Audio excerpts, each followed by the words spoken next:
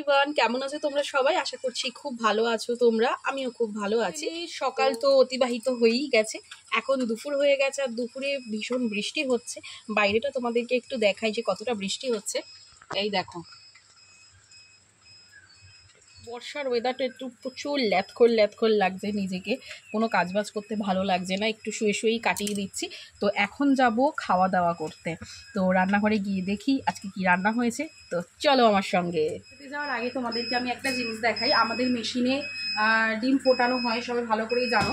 তো আজকে মেশিনে কি কি ডিম আছে তোমাদেরকে দেখাই। ম্যাক্সিমাম টাইমে তো কোয়েল পাখির ডিমই থাকে, বাট আজকে কোয়েল পাখির ডিম ছাড়াও কিন্তু অন্য ডিম আছে। কি আছে দেখাচ্ছি। এই দেখো, কোয়েল পাখির ডিমের পাশাপাশি হাঁসের ডিমও কিন্তু বেশ কয়েকটা আছে। তো হাঁসের বাচ্চাগুলো ফুটে গেলে আবার তোমাদেরকে দেখাবো। তো চলো এখন তোমাদেরকে কোয়েল পাখির বাচ্চাগুলোকে দেখাই। যে তো একদম ছোট্ট বাচ্চা, আজকে 2 দিন বয়স হয়েছে সবে ওদের। পুচকুরা কি করছিস রে? এরা একদম ছোট, এদের বয়স বোধহয় আজকে 2-3 দিন, না গো 3 দিন। দেখো আমি একটু ধরি একটাকে, এতটাই ছোট, আমি এখানটা এনেছি, পড়ে গেলে ভেঙে টেঙে যাবে হাত পা। এই দেখো, দেখেছো লাফ মেরে দিয়েছে।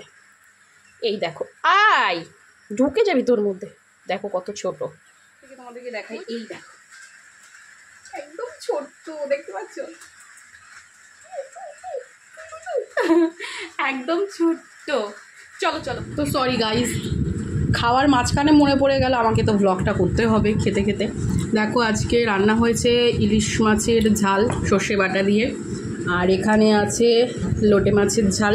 তো হাফ খাওয়া প্রায় হয়ে গেছে, তারপরে আমার মনে পড়লো এটা দাসবাবুর মাছের পিস, সেটা নিয়ে ভিডিও দেখাচ্ছি। আমার মাছটা আমি খেয়ে ফেলেছি। বাইরে প্রচুর বৃষ্টি পড়ছে, আর সঙ্গে ইলিশ মাছ, বুঝতেই পারছো খাওয়াটা কিন্তু আজকে জমে যাচ্ছে।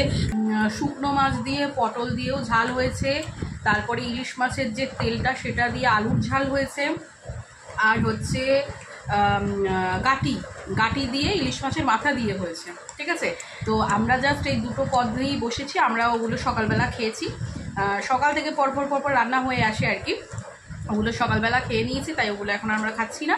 এখন লোটে মাছ আর ইলিশ মাছটা দিয়ে খাচ্ছি। তো বাইরে তো অনেক বৃষ্টি হয়েছে, তোমাদেরকে একটু আবার বাইরেটা দেখাই। এই দেখো, ওই যে আমাদের রাখি দাঁড়িয়ে রয়েছে, উঠোন পুরো ভিজে গেছে, দেখতে পাচ্ছ একদম। অনেক বৃষ্টি হয়েছে, অনেক, পুরো কাদা প্যাচ প্যাচ করছে। আর বৃষ্টি পেয়ে আমার গাছগুলো দেখো কত সুন্দর সতেজ হয়ে গেছে। শীতকালে এখানে যে ডালিয়া গাছগুলো ছিল, ডালিয়া গাছগুলো এখন আর নেই, কারণ ওগুলো শীতেরই গাছ, শীতের ফুল গাছ। তবে এখন হয়েছে দোপাটি।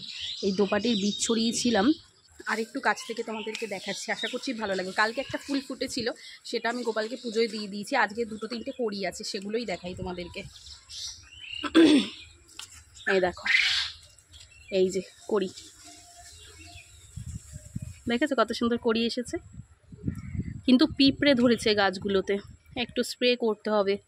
তো বাইরে একটা কল আছে, যার পাশেই আমাদের পাখির ঘর রয়েছে, পাখি রাখার ঘর।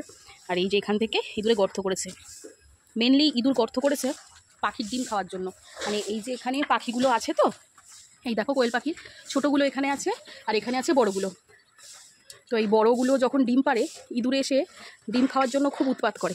তখন ওরা মানে কি করে, এখান থেকে ওই যে গর্ত করেছে, নিচ থেকে গর্ত করে এখান থেকে উঠে ওরা ডিম খাবে আর কি। বড় পাখি বা প্রধান যাদের থেকে ডিম হয়ে বাচ্চাগুলো বেরিয়েছে। ডাক শুনতে পেলে? কত সুন্দর ডাকলো, নষ্ট।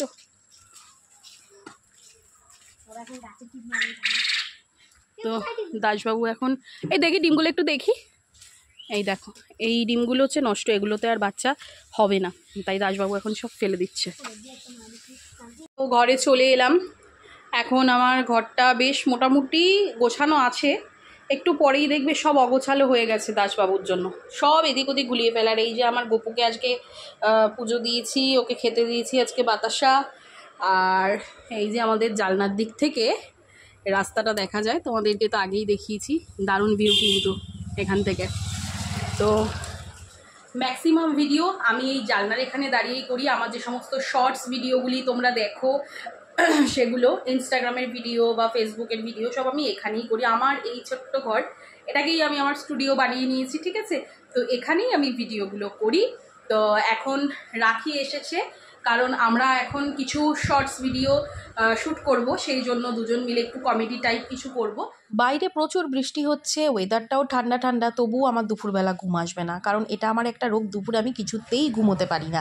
তো এই জন্য আমরা মাথা দেখাদেখি করছি। তো আজকের ব্লগটি এখানেই শেষ করছি বন্ধুরা, ভালো লেগে থাকলে অবশ্যই পাশে থেকো।